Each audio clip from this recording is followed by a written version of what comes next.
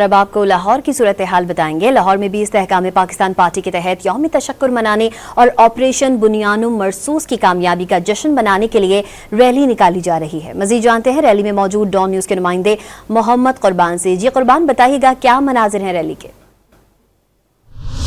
जी बिल्कुल, इस वक्त मैं मौजूद हूँ IPP इस्तेहकाम पाकिस्तान पार्टी की रैली में जो यौम तशक्कुर मना रही है। उनसे गुफ्तगू भी करते हैं और जानते हैं इस रैली के हवाले से।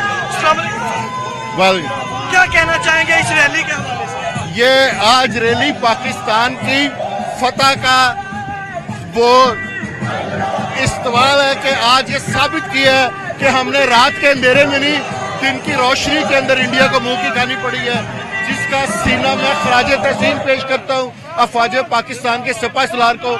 जिसका सीना कुरान से रोशन हो उसे कोई दुनिया की ताकत जेर नहीं कर सकती है।